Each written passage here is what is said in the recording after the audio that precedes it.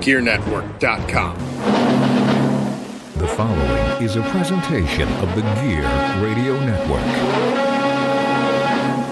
Hey, this is Kip Winger, and you're listening to the All Bets Are Off podcast with Robbie Vegas.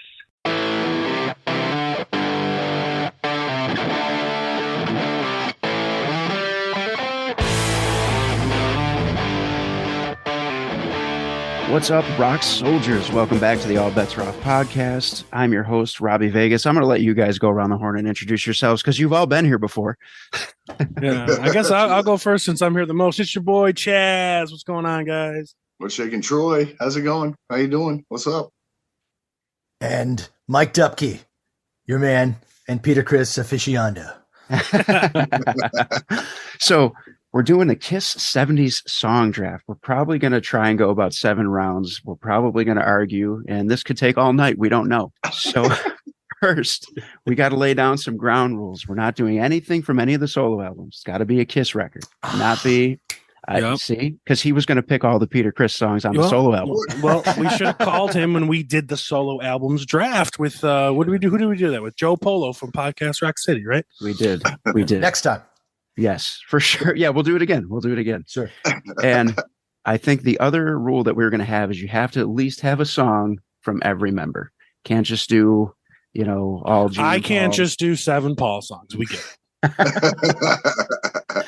So everybody has to have some representation in here. And once a song is drafted, it's gone. You cannot pick the live version of the same song. Yeah, no live cuts. I was going to say you could do side 2 of side 4 of Alive 2, but no, you can't pick Rock and Roll Night Alive. Yeah.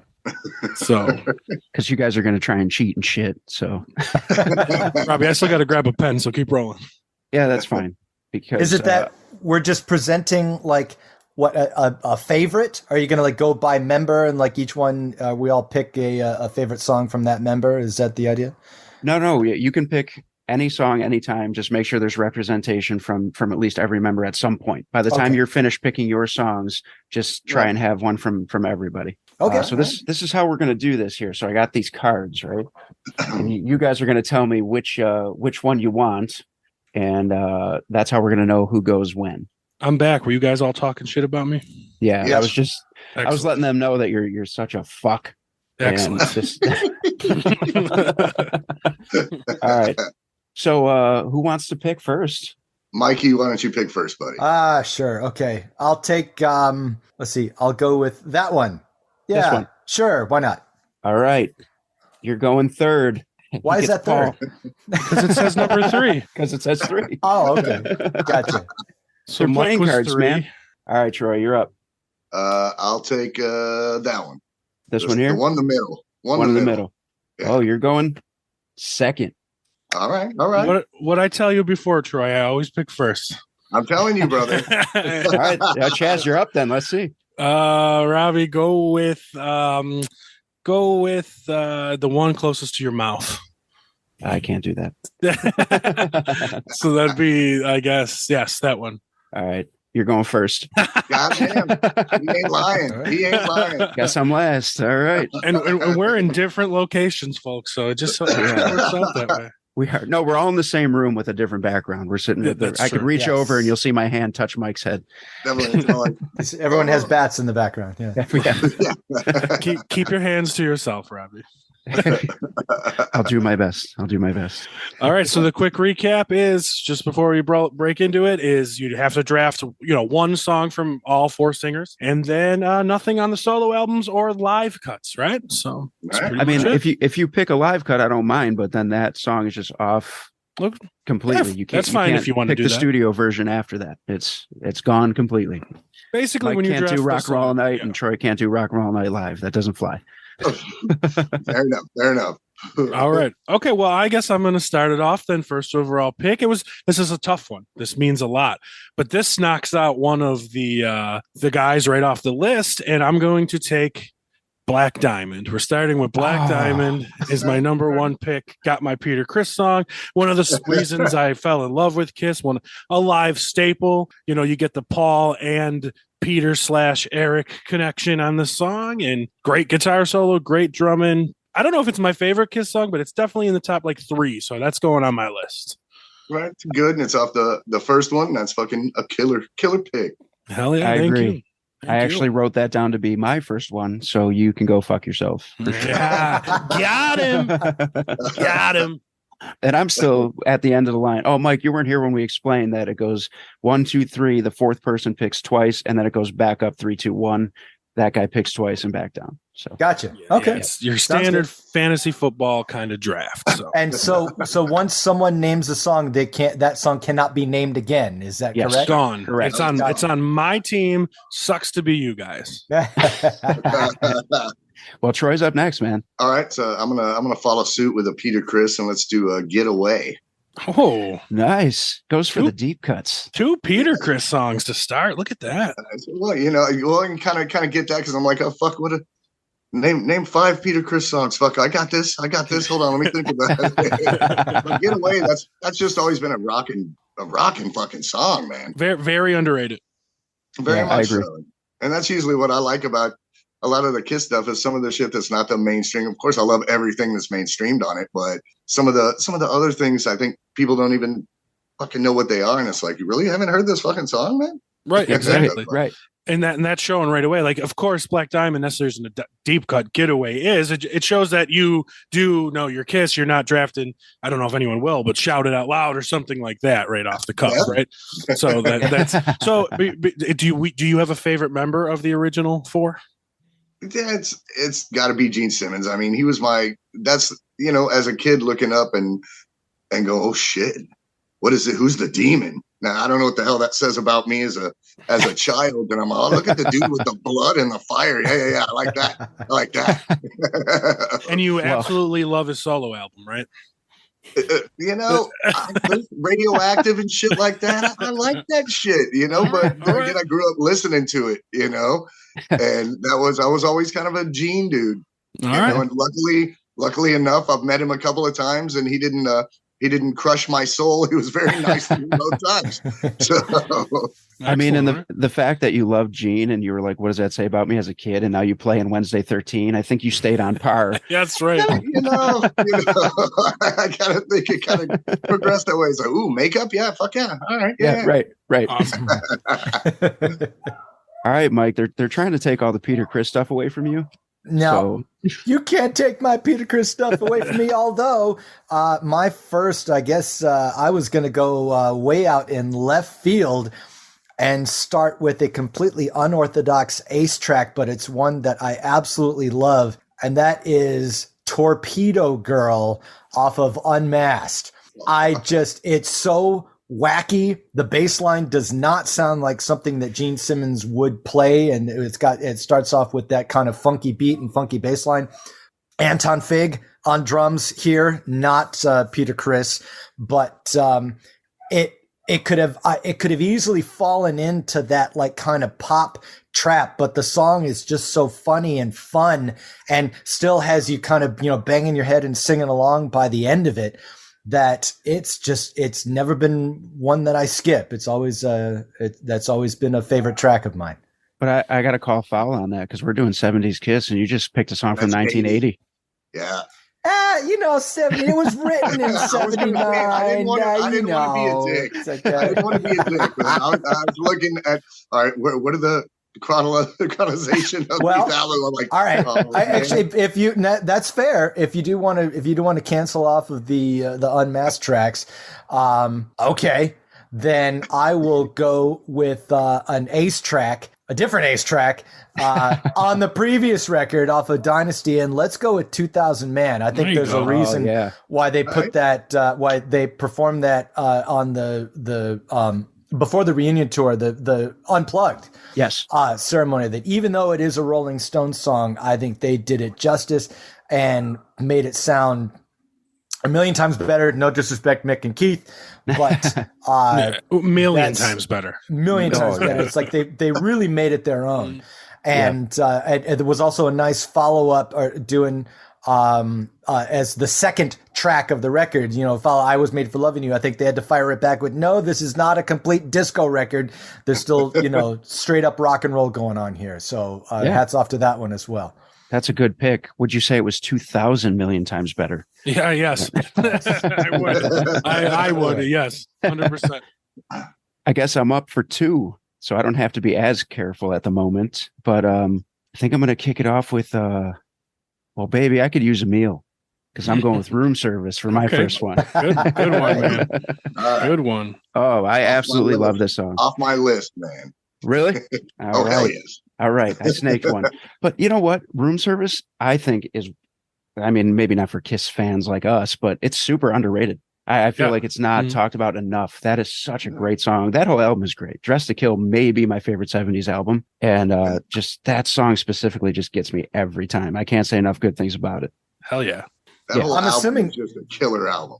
I'm assuming you have, when they put out that compilation not long after the reunion tour started called You Wanted the Best, You Got the Best, and that they did a live version. I don't think it was, they said it was like an old, we found this live tape, but I think like they just recut it. But still, that version is really cool. It sounds really good. Yeah, absolutely. I 100% agree with that. Hey guys, I'm Ashers. And I'm Pat O. And every Wednesday we talk weird. It's a weekly podcast bringing you the latest in cryptozoology, ufology, conspiracies, the occult, and all the latest in 40 news. Everything from the ooky to the spooky. It's like Coast to Coast AM for people who fuck. Search for On Wednesdays We Talk Weird anywhere you get podcasts. See you guys next Wednesday. Since I get 2, I'm going to go with a really common one, but I can't help but just dig this tune, and it's going to be Hotter Than Hell. Oh, okay. Yeah. I really love Hotter Than Hell, no matter how many times I hear it. I know as Kiss fans, we tend to like start to stray towards the deep cuts because everybody knows all the other songs. Yeah, but man, Hotter Than Hell is just, it can't, I know why they named the record after that tune. It's just that fucking good.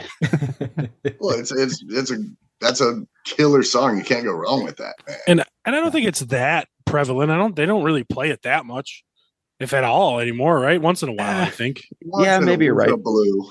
Yeah. Maybe you're right. Maybe right. Yeah. So I think that's a good one. I think that's got a like killer guitar solo. The only bad thing about Hotter Than Hell albums is it's just recorded very muddy, and it just sucks in that aspect. You know, that's all. It just if it was recorded like Dress to Kill was, it'd be like a top album. But for sure. It's just too muddy. Wasn't there that was like, well, shit, nobody really got onto the self-titled album, so let's fucking throw out another one real fucking quick. Yeah, let's see if it fucking latches on. Yeah, pretty much. I mean, they knocked it out of the park as far as the songs that are on it. It's just it is very, very muddy. Production values. Yeah. And as a kid, I made the mistake of hearing, like, the first big Kiss thing I had was, aside from Destroyer, was Alive. And so once I heard the original first 3 records after hearing Alive, and, Cold Gin, the album version, is like, da, da, da, da, da, da. And I'm like, no, pick it up. Like, come on, guys. Let's do how it's supposed to be done. Yeah. I totally agree with that, because I first thing I ever heard was Alive too. So going back and listening to even like Parasite, I'm like, oh, I like that better on this other one. Hey, like Dave Chappelle said, as Rick James, cocaine's a hell of a drug. Well, that brings us back to Mike. Yep. I'm going to go, since I used an Ace track for those, I want to make sure I get all the representations out of the way. I'm going to go with one of my favorite Paul tracks that is on one of their biggest records, but don't hear a lot about, and that's Flamin' Youth. Track 1, side 2. Snaked me. Really, really love that song. I think just as much as, and I feel like I shouldn't even name like other songs that it's similar to, because like you don't want to see if those get called out. But in terms of, to use one of the words that they use a lot, anthemic, sing along types.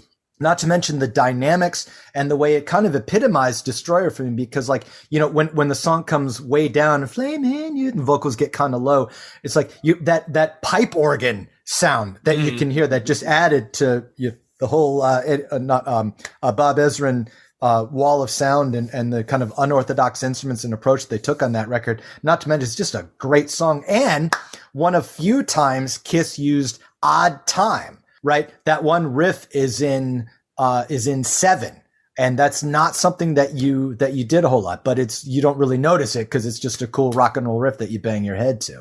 I don't think I ever even realized that, and that's awesome to hear. That's cool. Hey, what do you think, Mike? Was that a Peter Criss thing, or you think that sounds like it almost had to be a drummer timing thing? I would, for as much as I will always defend Peter Criss, I would bet he probably didn't have anything to do with it. And I don't think like they probably either counted it out. Like I don't think Paul probably came in and go, and this part's in 7. They just felt the riff, right, the way and where the downbeat was supposed to go. Yeah. Right. And I agree, because I even wrote a song in one of my old bands that ended up being 7 and 8. And I didn't even realize it until like a year later. I was like, really? Oh, damn, I guess I did. Yeah. So that's how it just happens sometimes. So yeah, that's a and that is a lost track. Did they play that like 10 years ago on the Freedom to Rock tour? I think they did. I saw them on that tour, and they brought something back off of Destroyer, and I'm pretty sure they did Flaming Youth, and I got to see that. So I'm pretty sure. Yeah. All right, we're back to you, Troy. All right, I guess I'll take out Paul and let's do Firehouse. Yeah, leave your paws in your pants, bro. Don't take out Paul. Oh yeah. Okay, he said Firehouse. Sorry, I cut him off. Yes, great one, great tune. I absolutely love that song. Yeah, I always remember listening to that as a kid and just kind of visualizing what the fuck was going on and the sirens and fucking. It just kind of built up a bigness. And so that's always kind of been one of my favorites to roll. So you're saying you love big Pauls? No, big balls. Big balls. I get it. He's an AC/DC guy too. Okay, I see.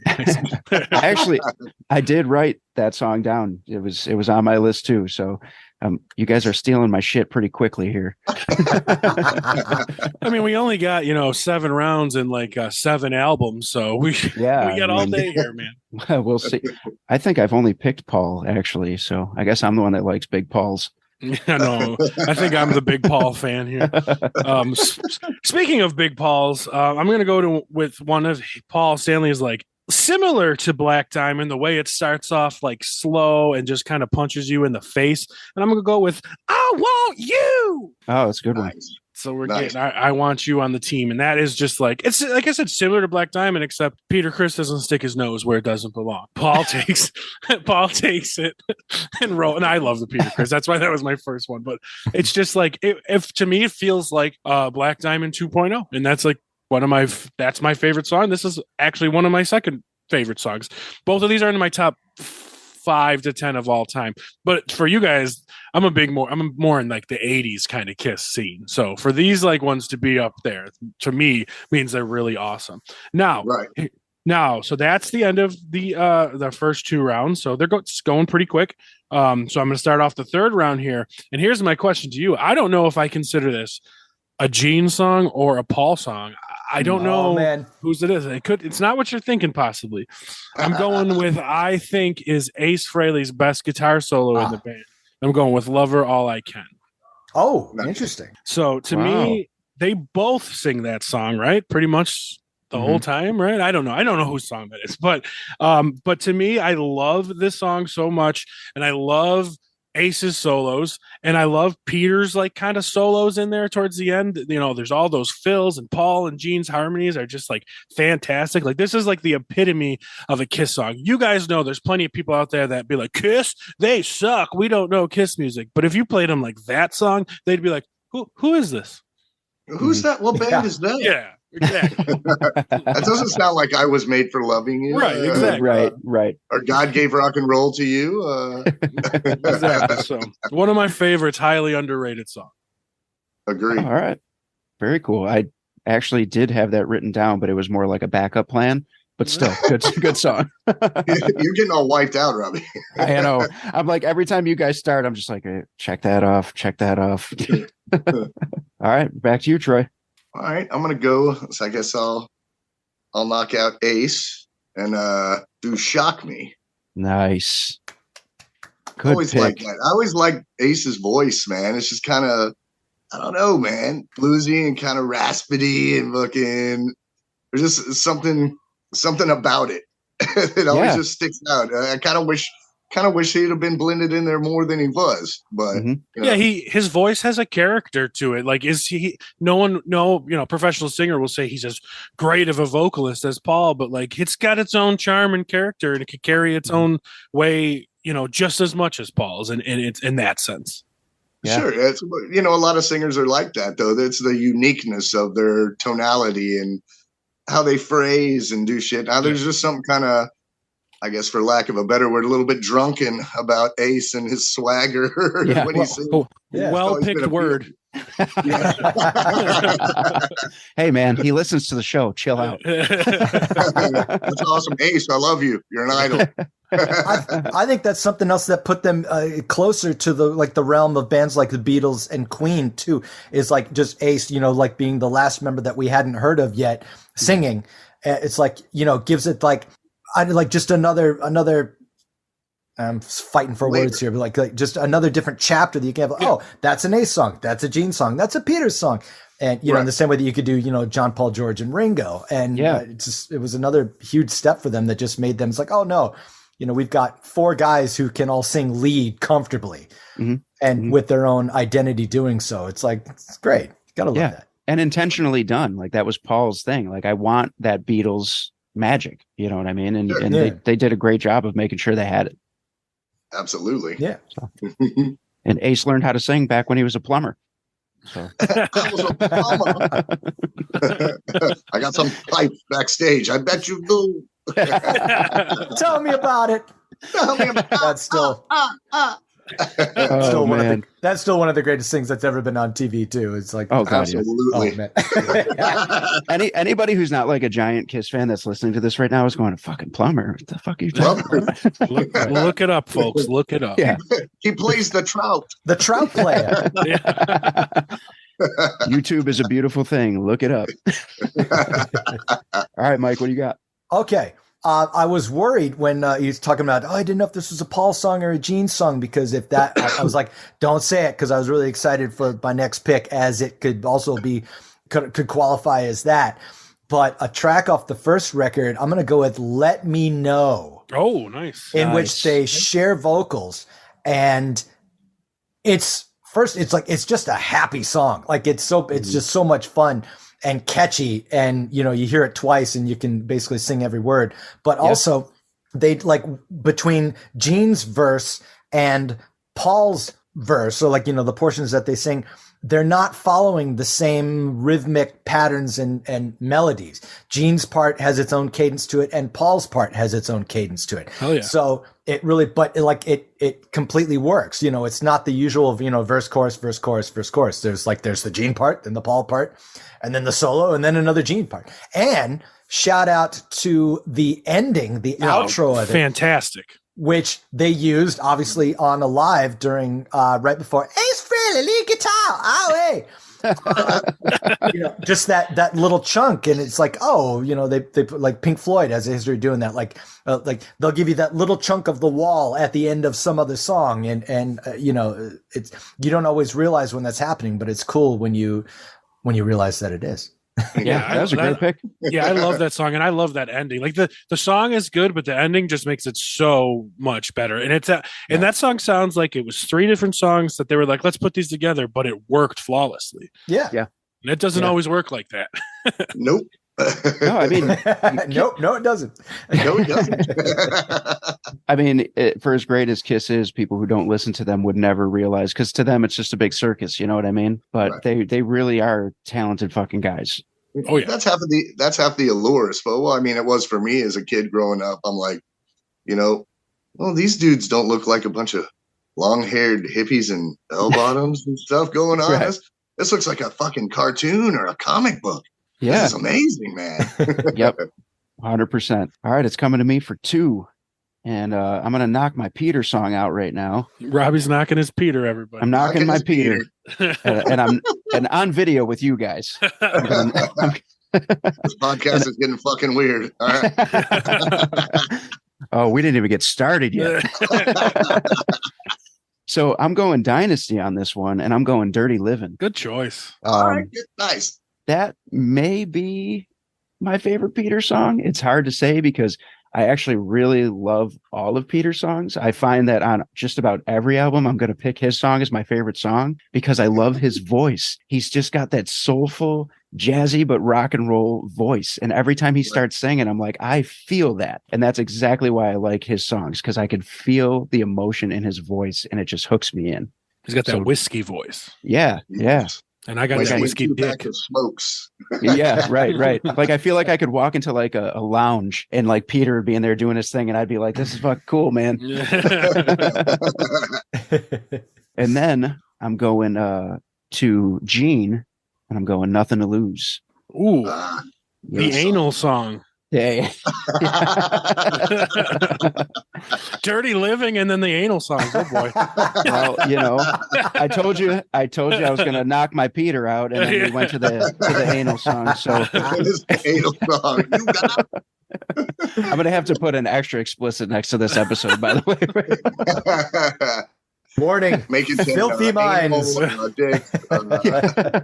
We got big Pauls. We're knocking Peters. We got all kinds of stuff going on. But yeah, that's a song though that like the earliest recordings to like the remasters to like anytime you hear like Nothing to Lose, it's always just like, oh man, you almost forget how much you like it until you hear it again, and then it's like, oh my god, yeah, that's right. Like I dig this song so much, and then you kind of forget about it again until you hear it. And then you're like, oh, I keep forgetting. I love this song. It's just one of those, And Ace's solo in there is just fucking killer and just so smooth, man. Yeah. And just screaming. Nice little things, and it's just like, yeah, man.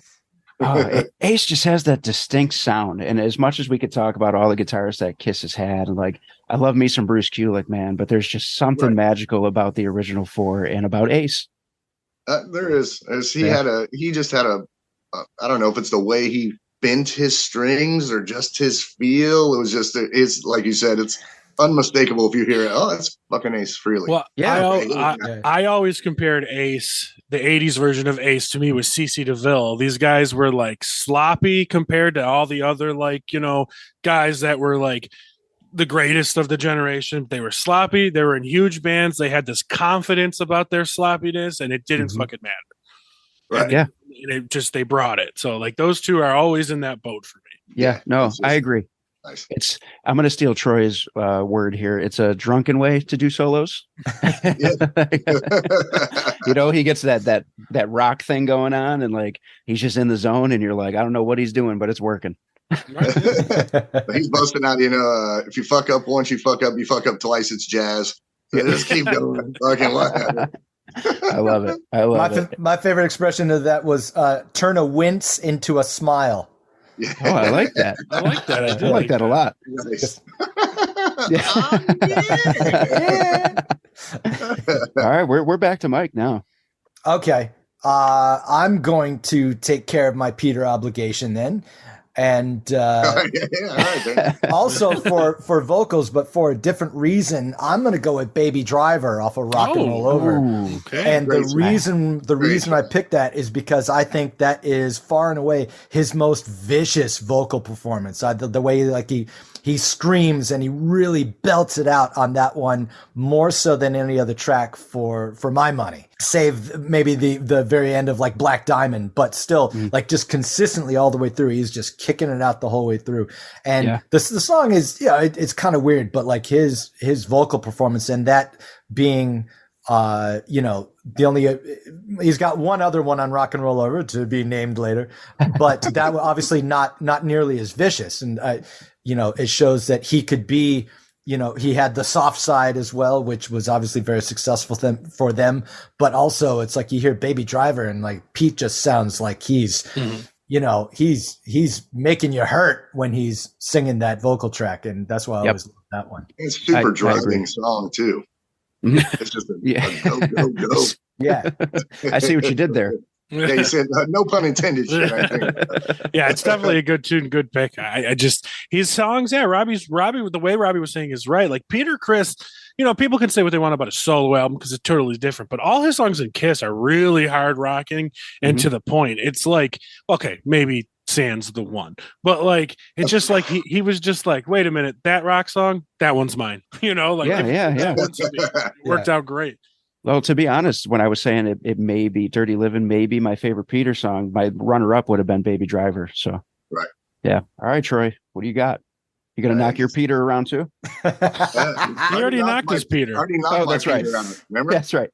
I think I'm gonna go to Gene, so I get all four going. Then I can just fuck with whatever. Man, this is a hard one. He is pondering. He's scratching his beard for all you at home. He is scratching his chin. I think I'm gonna have to go with "Watching You." Oh, nice. That's a great tune. That's one of my favorites of all. It's just there's something about this. It's fucking evil. It's just an evil, dark kind of groove, and it's like I've always just totally fell in love with that song first time I heard it. It's an early heavy metal song for sure. Yeah, oh, big time. It's deep, and it kind of that lived with his, his demonic persona, if you will, and just kind of painted a whole picture. Yeah, so it's a great song that I love. That riff too, it just gets stuck in your head. You're like, oh yeah. And like, I'm gonna go stalk some bitches. Dude, it's kind of, if you think about it, it's a creepy fucking stalker song. It is. Gene has a few. Yeah, Gene has a few creepy songs with creepy lyrics. Speaking of, let me guess. Wait a minute. Okay, what are you thinking? It's a song about a dick. Oh, well, that could be either one. That's where my head went. I was like, that could be either one, too. No, this song is a creepy song. Is it a song about a massive age difference? It is. It's a very massive age difference, but it might not be the one y'all are thinking at home. We are going to go with, from the Muddy album, we're going to go with Going Blind. Oh, I had that bitch. You bitch. This is I guess officially my Gene track, because who knows what Love Her All I Can is. But it's just, yes, there's the line that creeps everybody out. But whatever. But the song is incredible. He's got a lot of songs like that now that I think about it. Yeah, he does. But the song is incredible. I love the chord progressions in it. I love his bass line in it. And as like muddy as the album version sounds, the acoustic version on Unplugged just gave it all new life. Mm-hmm. And like Kiss's MTV Unplugged is one of my favorite, if not my favorite, live albums of all time from anyone. Like, pretty much that's hanging on for me too. But like I do like the studio version a lot too. So like I think that might be my favorite Gene song. So I'm definitely going with Going Blind. That's an awesome song. I love the when the Melvins covered it. I just thought that was dope and did that fucking justice. They did, yeah. I popped that on. I was like, "Fuck off!" All right, badass, good job, man. Yeah, because I'm also a horrible Melvins fan. So, well, Robbie and I, we broke down like the top 50 grunge albums from something, and that stuck out to us because that album was on there. And when we heard Going Blind, we're like, "Oh shit, we never knew this existed." So that was really cool. Right. I remember that. Yeah, and there's a charm to that song, and obviously the age gap, whatever, but like, now that I think about it, Gene always had songs with big age gaps. Yep. Where I'm not saying that we should cancel Gene. I'm just saying things were different then. Well, even in Domino, he never says anything. He says, if she ain't old enough to vote. It's just as if. Yeah. If. That's all. It was just if. He's just wondering. Yeah. It's just asking questions. It's just asking questions. Yeah. He was going to say, give me your ID. Yeah. He said you could, if you're old enough to vote, it could be problems. Give me your ID. That's all. So he's good. He's fine. He's good. So I'm going to go and get my ace on as well. I'm going to be an ace hat, if you will. And I'm going to go with Hard Times. Oh, good tune. Yeah, that's probably the heaviest song on Dynasty. The most rocking, like straightforward song. Just even like that riff in the chorus is just it's simple, but it's just heavy and driving, and he just sings along to it. And I just love that song. It would have been, even though you guys took a little more of the popular ones, it would have been my first ace song off the block. So I'm happy to get it added to my squad. All right. everybody. This is Lauren Marie Taylor, creator and host of the Not the Final Girl podcast. Okay, so every horror fan remembers the final girl, right? You know, the one who can outrun and outsmart the Jasons, the Michaels, the Chuckies. I think you get it. But what about the girls and, the guys who met with an untimely end? Those of us who were tortured and tripped, dragged and killed. Don't we deserve some props? As Vicky in Friday the 13th Part 2 and Sheila in Girls Night Out, I know what a drag it is to succumb to those masked and wardrobe-challenged killers, to not be the final girl. On my new podcast, I'll be chatting with other women of horror who share the same fate. Special guests include those final girls as well as the writers and directors who created our characters, only to give us an early expiration date. And if they play nice, we'll let some of those crazed killers of horror tell their side of the story. So join me, Lauren Marie Taylor, on the Not the Final Girl podcast. Be sure to hit that subscribe button so you get the alerts when the episodes drop. Thanks for listening. Keep your doors locked and stay out of the woods.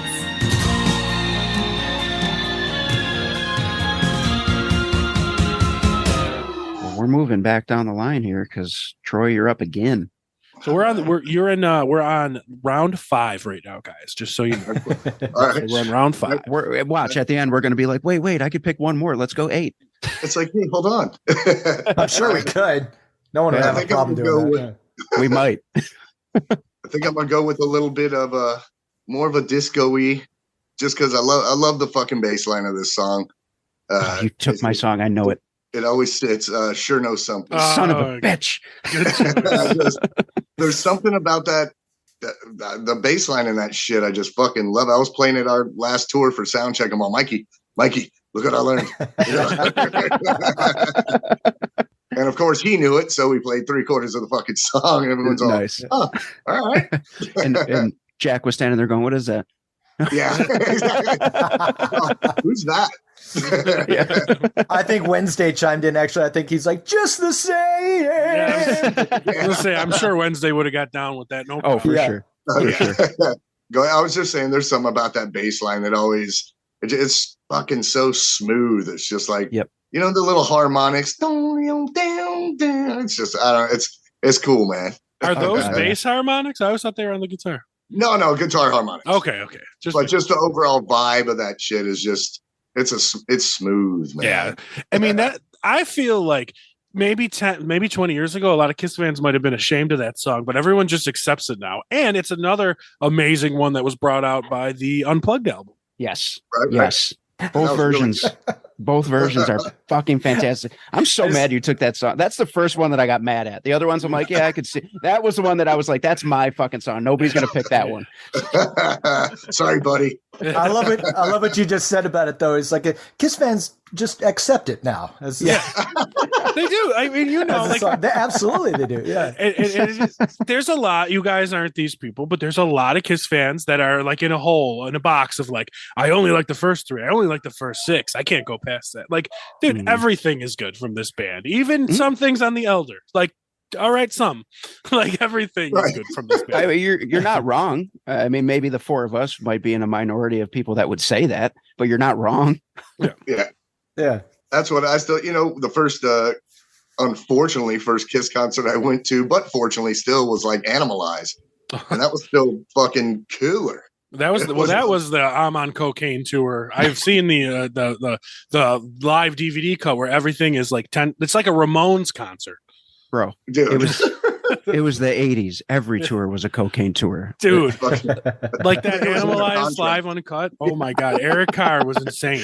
It was in their riders. I need M&Ms, cocaine, Gatorade, a Porsche, and 17 girls. Okay, thank you. Yeah, and Gene was like, "Are they old enough to vote?" That is my only question. Yes, Gene, as far as you know. Yes. Yeah, right. As far as you know. All right, Mike, save us from this madness. Oh, no promises. Because actually, since I technically haven't covered a Gene song yet, I got to go with another one because of the bass line. And what really did it for me was reading an article in a bass magazine that a buddy of mine had laying around. and it was talking about how unorthodox but well planned and creative the bass line to Calling Dr. Love really is. And if you listen to the whole song, not only does the song go fluctuate kind of back and forth between major and minor scales, but also the bass line, it's one of his most kind of McCartney-esque bass lines, because it's not like he holds root notes all the times until the guitar solo, where he kind of does the pumping eighth notes, a little bit more typical.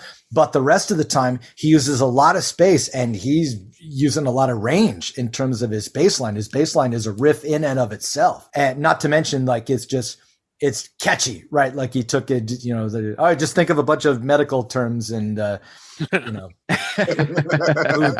gets coverage, and, let's see if we can work copay into this or somehow. But I just always love that tune. It's just, and also a shout out, because in terms of remakes, I might be the only person I know of that loves the version by Shandy's Addiction on the Kiss My Ass solo record, because you've got Maynard from Tool, you've got Tom Morello and Brad Wilk from Rage Against the Machine, and you've got Billy Gould on bass from Faith No More. And it sounds exactly like you think all of those bands are going to sound like put together. Very true. And it's so weird version, but I love it. I can't get enough of that version, but the original stands on its own. So that's my Gene pick. That cover is a cool cover. And then you're like the first one to actually like talk about how like Gene Simmons is a very underrated bass player. Everyone thinks of just the tongue and all that stuff. He is so underrated, and it's sad. Yeah. He also brings it on himself for his character and his sharkanery that he does, in the world. But he is $10 word. He's a very, very underrated bass player. So I'm happy you brought that up. Yeah, Gene wasn't a shark. What are you talking about? He was a demon. Ask Troy. A demon. Wasn't a demon. Yeah, no, he's horribly been underrated until you actually sit down and try to pick apart some of his shit to play. It's like, what the fuck are you doing, right, man? Right. It's like, but it is Paul McCartney asking what kind of how some of his placement is with notes and just some of the scales that he runs down. It's really cool and interesting to sit down and learn some of this stuff. Yeah, I was going to say, overshadowed by Ace and other shit, and him just being really good at blending in and holding that ass behind everything. You kind of get skipped over and stuff, but yeah, he's badass. Yeah, he holds on to that ass for sure. So, boy, does he. Yeah, I read his book. Yep. Yeah, and you can kind of tell he was heavily influenced by McCartney too, if you really listen. Yep. Yeah. I mean, you would know. And let's be fair, Gene and Paul are the first one to tell you how much they like the Beatles. So. Oh yeah, completely. Sure. Yeah, completely. Well, I got to knock out an Ace song here, and then I've got all my representation down. So for all the Ace holes listening, I'm going with Strange Ways. Oh, yes. Yeah. Right. That's a Peter song, bro. No, it's not. Yeah. Main line is Peter. Bro. Strange Ways? That's a Peter song. Ace wrote it, but Peter sings it. Oh, you're right. Son of a bitch. Well, does that qualify though? Does that qualify? Yeah, I think we're going as vocal wise. I forgot. You're right. Yeah. Shit. I don't know what to do here then. I mean, you need an Ace song. There's only like one more I can think of, right? The last one on Dynasty there. Well, there's always Unmasked. You can always name songs off of Unmasked. Oh man, we won't let anybody draft that. If we do the '80s one, we won't let anybody draft that song for you. How about that?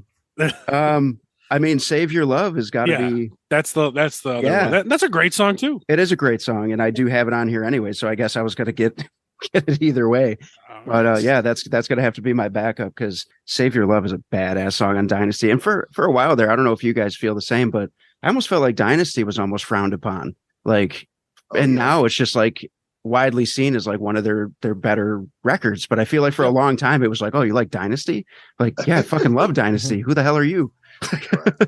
No, you're right for sure. Your Dynasty was frowned upon, and now it seems like even people, nobody on this podcast at all is into Unmasked too. Like that was shit on for a long time too, but now it seems like it's like being loved, and it should be because that's a great album too. But that's from the '80s, and we're not talking about that. Right? Yeah, we're not talking about that one, Mike. I need to go back when you do the '80s. Yeah, when we need to do part 2 of this, obviously, and do an '80s Kiss podcast, because a whole lot of great picks to pick from there as well. That's my love. See, you guys don't know much about like us and stuff. Like, I can speak for myself. My favorite Kiss album is Revenge. So, like to me, like I got into Kiss in that era, like 88, 89 and stuff. So, like then I went back, of course. So, like we have a big heart. A hard on, if you will, for the 80s. But Revenge was 91, so that wouldn't qualify. So that's going to be, we're going to have three. Oh, man. We're going to have 3 levels. We have the 80s draft coming up, and then we're going to have 90s and beyond. That's right. the third level. So, right. Could the 90s, since there wasn't as much new material in the 90s, could you include like post-Kiss, like extracurricular solo stuff too?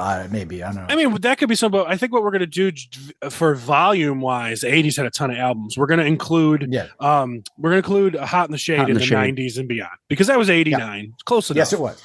Yeah. Right. So put that in there. Then you'd have Hot in the Shade, Revenge, Carnival of Souls, the two, Psycho Circus, Sonic Boom, Monster. So you'd have a lot of options, but that's not what we're talking about. We're waiting for Robbie's 6th round pick now. 6th round pick, man. And I think I'm gonna have to go with Making Love. Ooh. Oh. Yeah. All night long. All night long. Oh. And you owe me a sugar-free Fanta. It speaks to my soul on a personal level. No, I actually just really love the guitar riff in this song. And the second it starts, you're just like, I'm in. I don't even give a shit what comes after this. I'm into this song. And they don't disappoint. The song is a banger, and you can listen to it over and over again, and it never gets old. And it's another one of those Kiss songs that I feel personally flies under the radar. For as great as it is, it does not get talked about enough. So Making Love is going to kick off round 6. Fiery guitar solo on that one too. Yep. He brings the fire on that one. Mm-hmm. Well, and just the riff alone is just fucking epitome of just fucking rock and roll. Oh God, yeah. It's just fucking grinding. It's just one of those. It starts and you're just grinding and making love. Is that what you just said? Making love is grinding. No pun intended again, I guess. As soon as it starts rolling, you're just like, oh God, this song, man, and you just turn it up. And another random memory I have about the Making Love song is, I think it was like 94, 95, the Revenge era lineup played that song for some reason on like Dick Clark's New Year's Rocking Eve. I remember that completely. Maybe it wasn't Dick Clark, but it was one of those New Year's Eve shows, and Kiss was on the Revenge era playing Making Love, and my mind was blown. All right. Did not know that. Yeah. So with that being said, Mike. All right.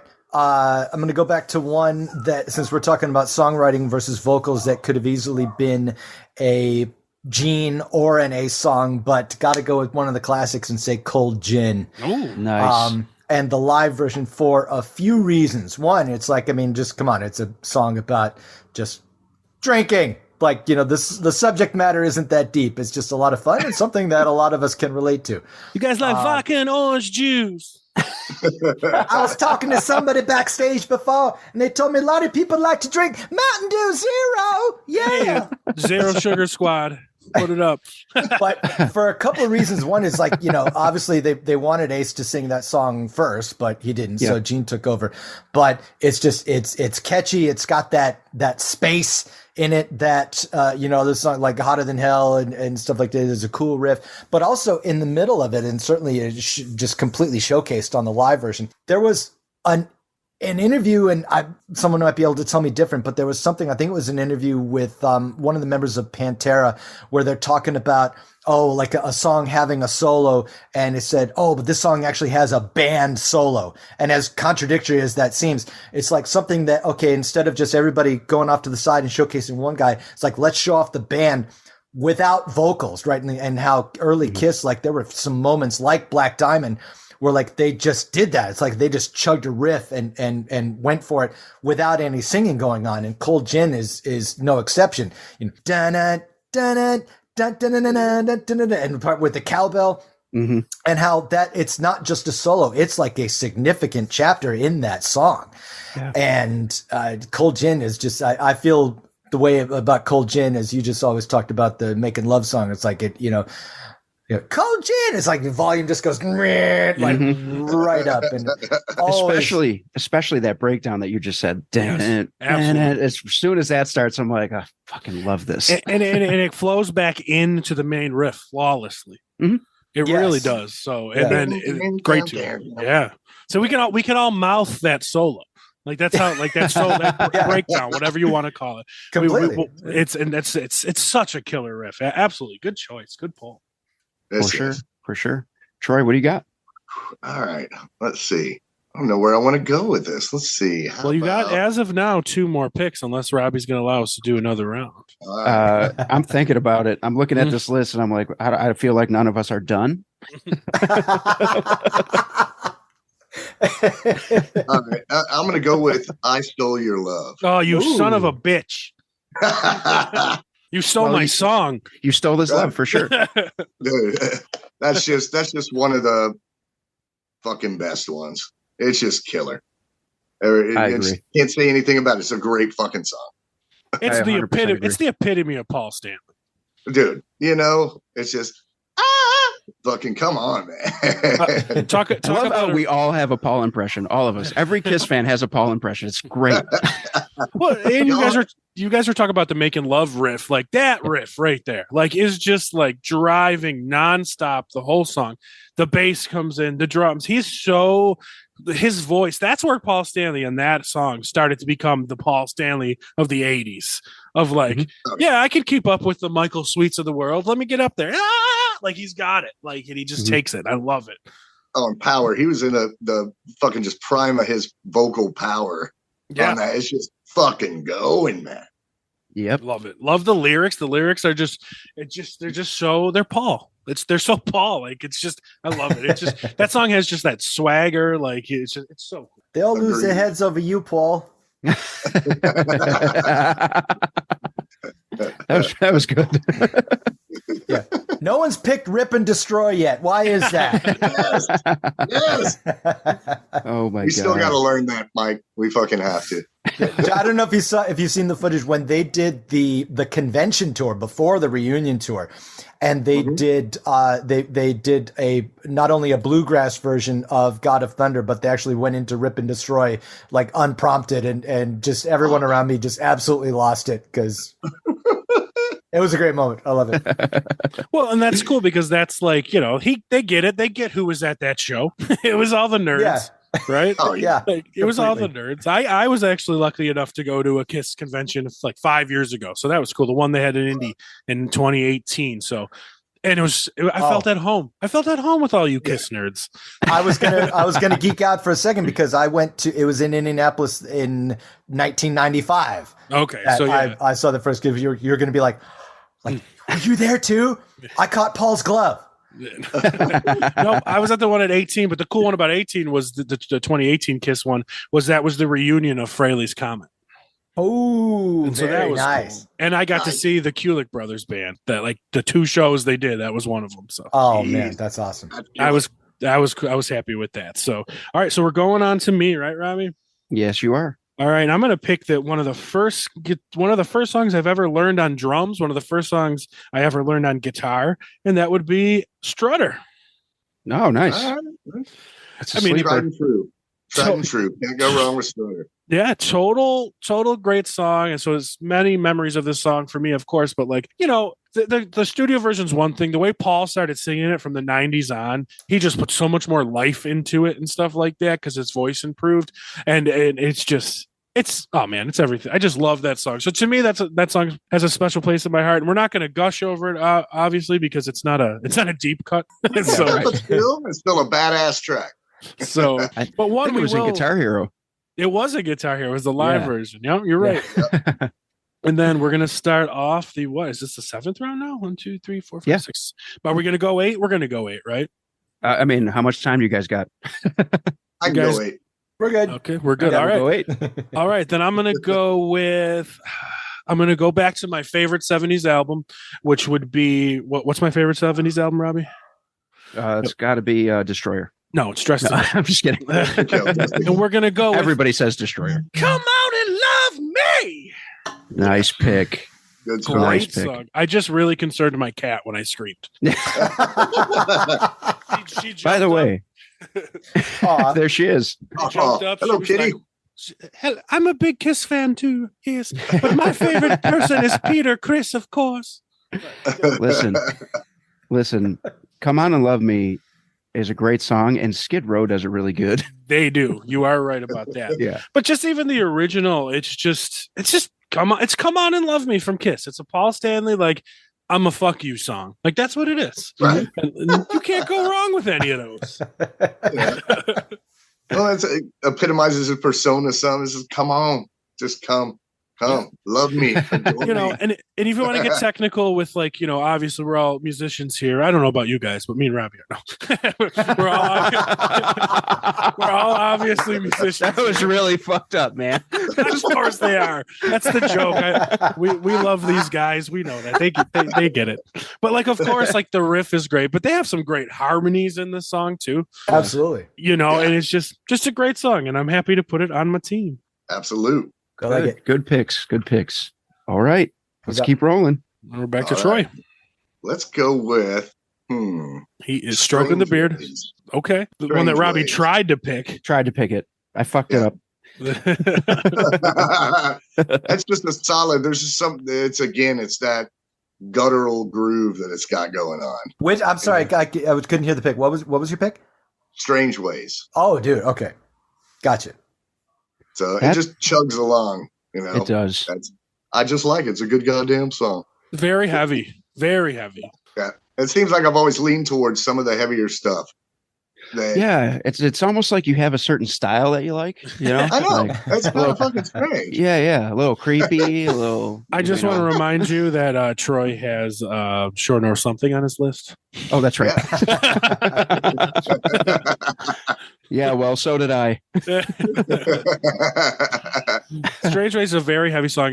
It could almost be, you know, confused at that time for like a Sabbath song. It's just got such a good riff, a good heavy riff, and it's like I would put that in certainly for the 70s, like a top 3 heavy Kiss song. Yes. Yeah. And it's got some nice space in the rhythm and stuff like that. So it kind of carries. Right, It's for like, sure. It's a cool song, man. Good choice for sure. Yeah, it is a good choice. All right, here we go. Mike's Gonna start reeling us back in every time it's out of control. Here we go. Mike's gonna be like, all right, I'm gonna take Shandy. Yeah. Which I know every word of, actually. as a Me matter of too, fact. bro. Me too. I love that. I love that song. All jokes aside. I'm gonna go with "Fits Like a Glove." No, let's go. Actually, in terms of like, when I was ranting about the whole band solo thing, I realized it's like, if I'm gonna go with that idea, how could I not go with maybe like the best band solo moment they ever had, and that was the live version of "Let Me Go Rock and Roll" that closes Alive, just because like 2/3 of that song doesn't have vocals, right? Like they sing a little bit and the rest of it is just guitar riffs. Ace gets to show off, you know, all his glory. And just, you know, when they bring it down, you can just picture like this is, you know, the euphoria that you might feel at the very end of the show. You know, you listen to Alive and it's like, what other song, the way they're playing it, could end this record with all those different sections and riffs that they have. And then of course, Peter, you know, saying "Kiss loves you, rock and roll." It's just always brought tears to my eyes, always made me very happy. So I got to go with that one. That song totally slipped my mind, honestly. That's a great song. And it's like Kiss's jam band song, kind of, you know, they just go off. Great pick. And yet another one that, like, you know, I like the album version. It's okay off of Hotter Than Hell, but you know, it's like the live version is just, there's no comparing anything else to it. 100% agree. 100%. Yeah. Yep. Man, remember when I said that 10 rounds would be too much? Like now I'm like, I'm like, well, after all the deep cuts, we still got all the hits to go. Yeah. Nobody says you got to draft a hit. These are your last two Yeah. picks, Robbie, right? So yeah, there's my last two. We're going 8 rounds, so I got to make these count. Shit. I have so many that I could pick from still. I'm like, so I think I got to go with Anything for My Baby. Did anybody draft that one? Okay. I don't think they did. No? Good one. I really dig that tune. Yes. There's just something about that song that you can't explain why you like it. You just like it. It's just so catchy. It's hooky, and it's Kiss. It's everything that Kiss is in one song, and I love it. I think what strikes me with that song is how like the choruses are very kind of like major and happy sounding, and then the verses are very like kind of down and metal, and it goes together so well. Like when you're thinking of the chorus, anything for my, I won't steal, and then all of a sudden I'm in love. It just kicks right in. It's so cool. And like, how many times did we hear the intro to that song and think it was Rock and Roll All Night as well? Oh yeah, I know. Yeah, I know. Yeah, and that's another killer. That's another killer. Gene walking bass line in that fucker too. It just fills up all this space. That's just neat. And that era, to me, I love that style.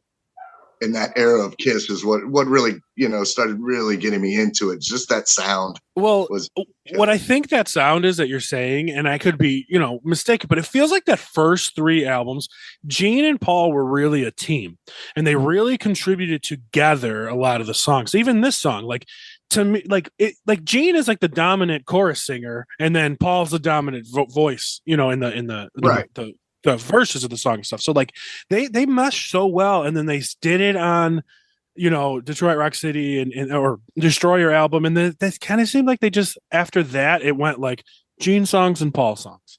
Right. No. Yeah. They were more of a unit climbing up the hill at that point. Yep. Yes. And the latter stuff, even though we like it, you're right. It's just this early era. They were a team, and it was a different. The songs are different, and they are. Yeah. It's the overall vibe is just a little bit different, than when it's. And I like the grittiness of it and the unpolishedness of it. It was fucking rock and roll. Yeah, I agree. That's one of the reasons I love that era of it.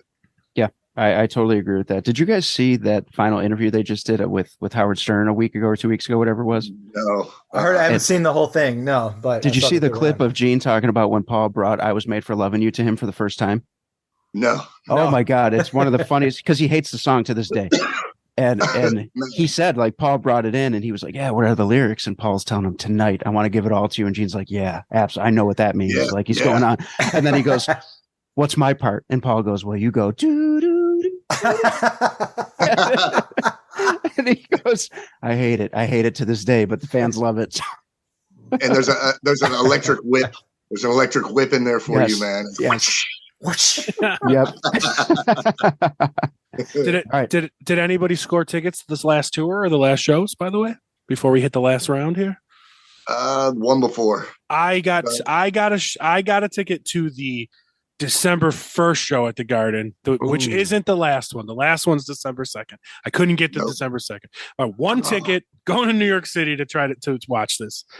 I'm excited. Fucking awesome. Oh. Well, I can't top that with a pick. So no. So number 8. I've narrowed it down to 2, but since I know that this is my last one, I'm riding the struggle bus a little bit. But I'm sorry that I've taken so long. It's going to be 100,000 years. Damn it! All right, I gotta scratch that off of mine too. Me too. Yeah. I would say what the other one was going to be, but I'll wait in case one of you guys tries to pick it. But it's nothing like that one. They're complete opposite songs. He means Beth. No, it wasn't that actually. Yeah. But 100,000 Years is a great tune. It's another one of those like one of you said it earlier, like an early like metal song, kind of like along the lines of like a Black Sabbath almost. And I'm not surprised that it was on Troy's list because it's dark. There's a certain stomp about that song, just in a makes you want to make your face kind of ugly. Gang, gang, gang. That's fucking killer song, great song. It's a great way to end off my list, I think, with something heavy and just like in your face like that. I really love it. I think Paul's got a lot of attitude in that song, and Gene's bass is really driving, and yeah, it's a great tune. Great tune. Hey, I liked how you described Paul's voice with attitude. That's a good way to describe it, because he really does. He approaches that and he attacks that with a different vocal. Like, you're right. Like, that's cool. That's a good way to describe it. It's like a metal song. I mean, he drops, he's dropping swear words in that too, which is what? Yeah. It's 1974. Like, it's pretty. I mean, yeah. That's normally ballsy. Normally, when Paul would say something that was almost a swear word, he would say that word is fug. Whoop. Yeah. Not this song. He was all about it. He was like, I'm just gonna say bitch. I'm just gonna say bitch. And of course, another shout out to the live version of this, because when you talked about what song was it before, a little bit ago, where you talked about being able to sing every part of it, and with the extended Peter Criss drum solo, you can see he's not playing what a lot of drummers would do and go, I'm going to play the 7/5 and listen to these, para, rama, diddle, rama, rada, q, it's like, but he's singing, he's keeping it tribal. You can hear his Gene Krupa influence in there, or like that cowbell thing. He's playing riffs all the way through. And then of course, the up and down the man, words today for me just not happening. The back and forth, if you will, the give and take with Paul and Peter on the whole crowd section, is just amazing. It's one of the best live moments ever. Yeah, I think the definitive version of that song is The Alive, for sure. I think so.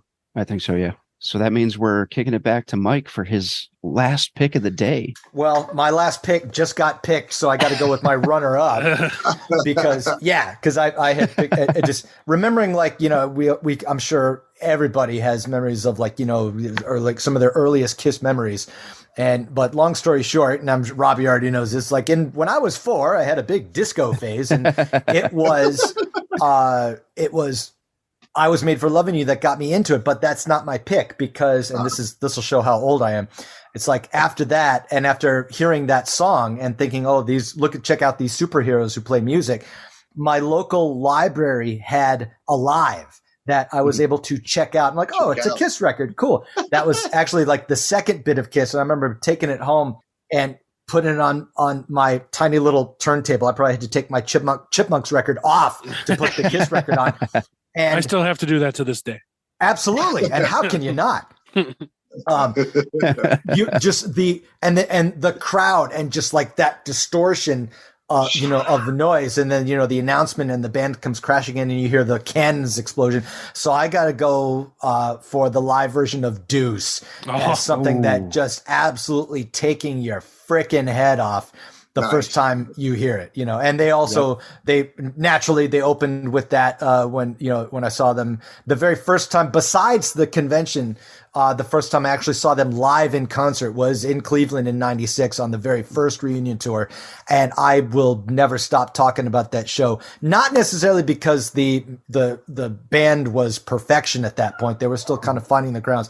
I, to this day, have not heard a crowd like that concert. That roof was flapping because everyone was there, to experience that moment. And it's not something you see at concerts much, anymore. But that was my first tour too. That was my first tour too. Then me and Robbie went to that '96 show in Buffalo. So you're right. I mean, the crowds were hyped for that, and and Juice was gonna be my next pick. So you stole it from me. So but to clarify, you're taking the live version, right? Okay. I am taking the live version. Perfect. Yeah. Good choice. Well, and great vocals by Gene. We never even discussed that. That's when he peaked. That's like his first real song, right? And that anyone heard if you bought the first album. He kills it right off the bat. Yeah. And Mike, you said you saw that show in Cleveland? Cleveland. Yeah. Well, last year I saw Wednesday 13 in Cleveland. It was pretty loud. Pretty loud? Oh, yeah. Good. Yeah, it was up there. It was up there. Yeah. Robbie probably invited me to that, but I couldn't make it, but I would have been. There's always a next time. There's always a next time. Yes. So, Troy, your last pick of the day is what? Man. I know, and I'm torn between. So, let's see. Just don't take mine, okay? Well, I can promise nothing, but I think I'm going to have to go just because I love the song, always have. The guitars in it. I'm going to go with All American Man. Oh, nice. Oh, wow. Did not see that coming at all. A 6-foot hot look. You know? I mean, it's just a great song all the way. It's a Kiss song. It's a rock and roll anthem, man. You know? Yeah. Swagger. Yeah, Big, that's a good way to put it. yeah. That's So a good that'll be pick. my Holy last shit. pick. All American Man. Well, you I dig didn't. it. You didn't take mine. I was torn between two, so I can say the one I didn't take. The one I didn't take that I'm not going to take is Love Gun. Surprised nobody jumped on that bandwagon, but I'm not taking it either because I thought Troy was going to take this one, Mr. Heavy Metal Dark side of him, and I'm taking God of Thunder. Right here. I'm taking All God right, of Thunder. Fair enough. You know, yeah, I'm taking God of Thunder. You know, it's the quintessential Gene song, even though it's written by Paul. If I could, I would take the box set version, the disco. Yeah. But I'm gonna take, you know, the traditional God of Thunder, Gene flying into the rafters, spitting blood. Great riff and great call by whether it was Ezrin or Paul or Gene to take that really speedy disco-y song and not change anything but the speed and the picking of it and make it Gene's quintessential "I'm the Demon" song. Like, Right. Just perfect. And it's always a great moment in concert. But again, I've probably seen Kiss. This will probably be almost my 30th time coming up, and a little bored of it right now. We get a little, Of God of Thunder. Yeah, like a bored of their set. To be honest, you know, well, you want to hear deeper Gene cuts at some point, but God of Thunder, like it set the tone for where Gene was going to go. Yeah. After he got God of Thunder, it was this is his direction, and you maybe lost it a little bit there in the 80s, but he rebounded heavy on Revenge. There's no maybe. Dude, I'm being nice. They listen. There's no maybe. So yeah, God of Thunder. Once in a while, Gene would do like War Machine in that spot. But God of Thunder's, great song for sure. But God of Thunder, love it. It was one of the first songs me and Robbie, when we were kids, learned together and played together too. So we have memories of that. So that's after Strutter. After Strutter and God of Thunder, back in the days where we'd have to hang the microphone down from like the pipe in the ceiling and hold it in front of my face. That's how that was. So we're done. We got the 8 rounds. Did you guys write down your songs, or do you want me to read them off? No. Okay. All right. Well, I'll read out my list. My list is, we got first round, Black Diamond, I Want You, Lover All I Can, Going Blind, Hard Times, Strutter, Come On and Love Me, and God of Thunder. So pretty well-rounded. I got all 4 people in there, so that works. Yeah. Troy, did you write down your list? I did not. Okay. So Troy's list is Beth, Beth, Hard Luck Woman, Mainline. So all right, so Troy's got Getaway, Firehouse, Shock Me, Watching You, Sure Know Something, hashtag Robbie's triggered, I Stole Your Love, hashtag Chaz is triggered, Strange Ways, and All American Man, or as I actually wrote it, All American Man. American Man. All American Man. All American. I have to ask, and if we might all be of similar age, did anybody else look like the first time I saw Alive 2, it was in the store, and being already familiar with Alive, I'm like, oh, cool, they got live versions of this song. And like you saw, oh, cool, Detroit Rock City, Love Gun, and looked at the listing for side 4 and went, what the hell is this? Where did these songs come from? Not knowing that it was like, they were bonus studio tracks. Actually, yes. Actually, the first time I listened to Alive 2, I did the same thing because I flipped it over as I was listening to all the live stuff, and I was going through all the songs, and I remember seeing those and going, why don't I know these? Yeah. So what is this?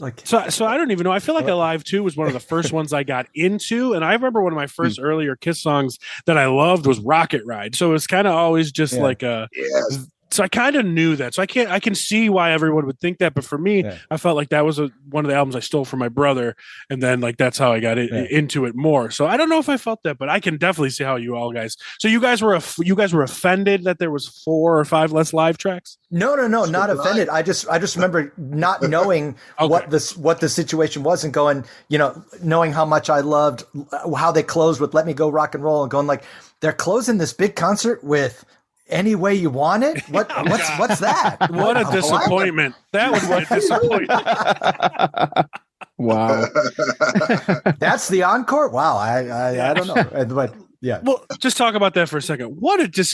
Why that song? You're gonna do you're picking that Dave Clark 5? Like what? Well, like they were just like, I don't know how that got on. I'm sorry. Okay, that was they've made some questionable decisions over the years, but we love them nonetheless. Absolutely. Then she kissed me. Get the. I mean, if you think about it, it just made sense to give it a shot. Oh, because they say kiss. Okay, great. All right, all right, Mike. You don't have the list, right? So it was my understanding there would be no math. I got you on this exam. So all right, sorry. All right. On this exam, yeah. So Mike's list, we got 2000 Man, Flaming Youth, Let Me Know, Baby Driver, Dr. Love, Cold Gin, the live version. Oh, actually, we have something here. We got Cold Gin, the live version, Let Me Go, the Alive version, and Deuce, the live version, right at the end. So you went heavy on the Alive. Yeah. I see a pattern.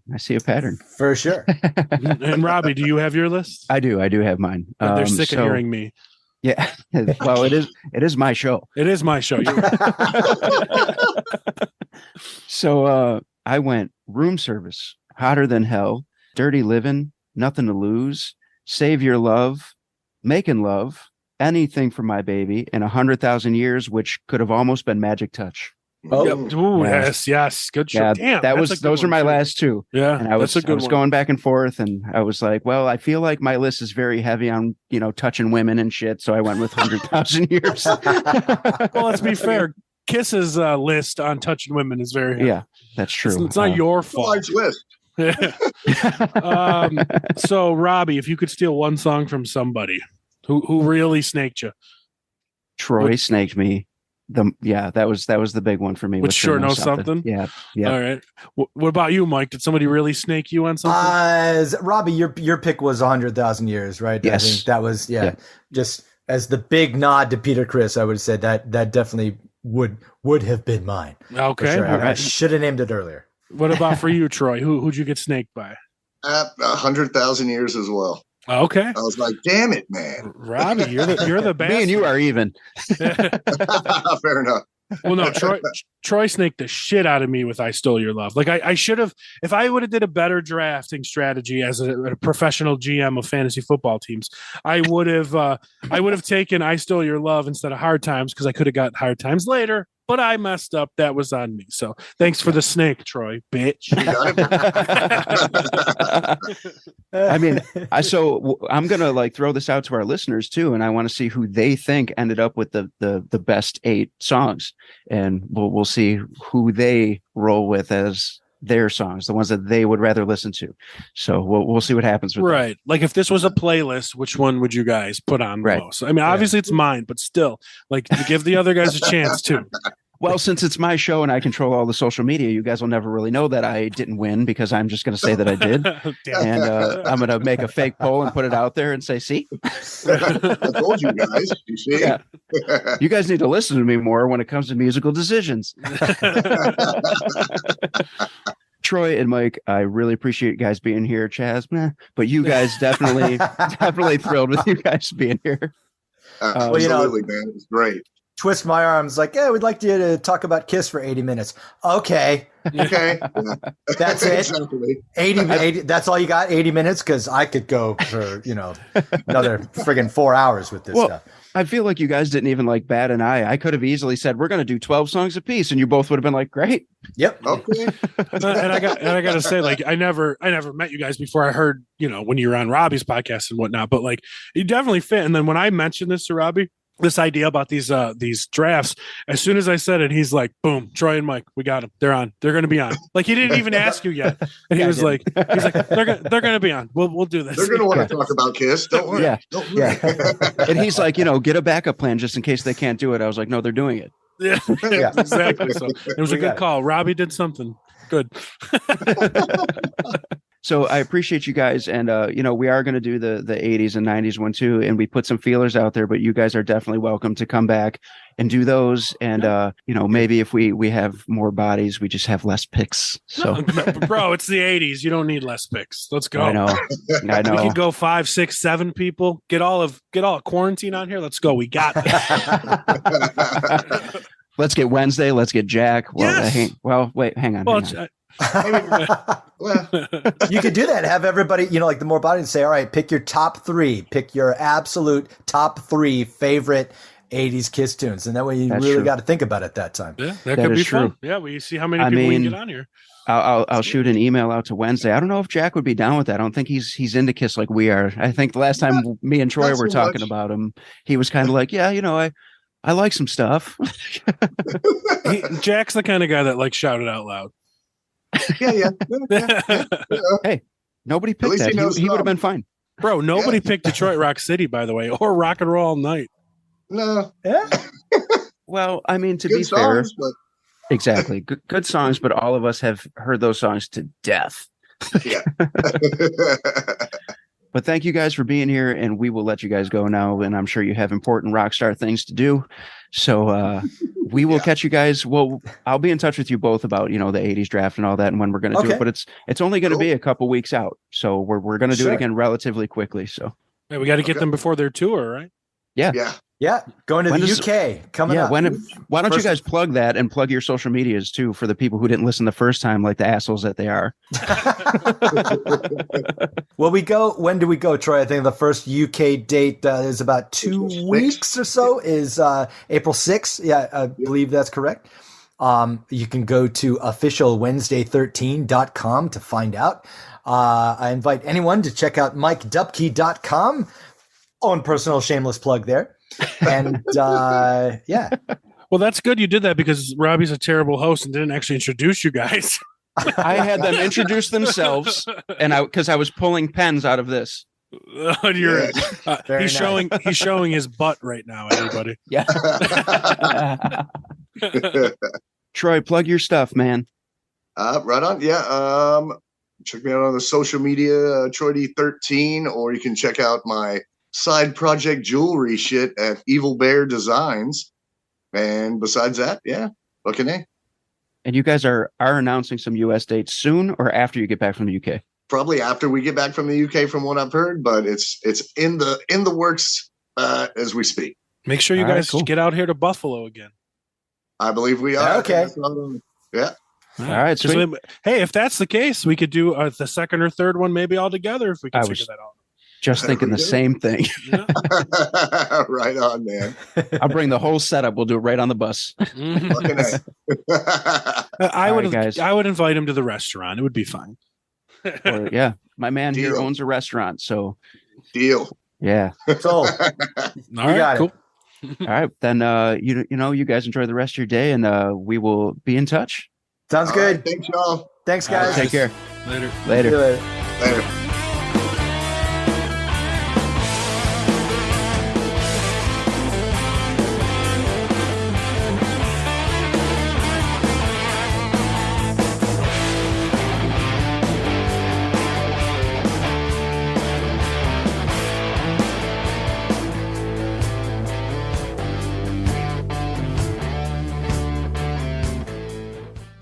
The preceding presentation has been brought to you by the Gear Network.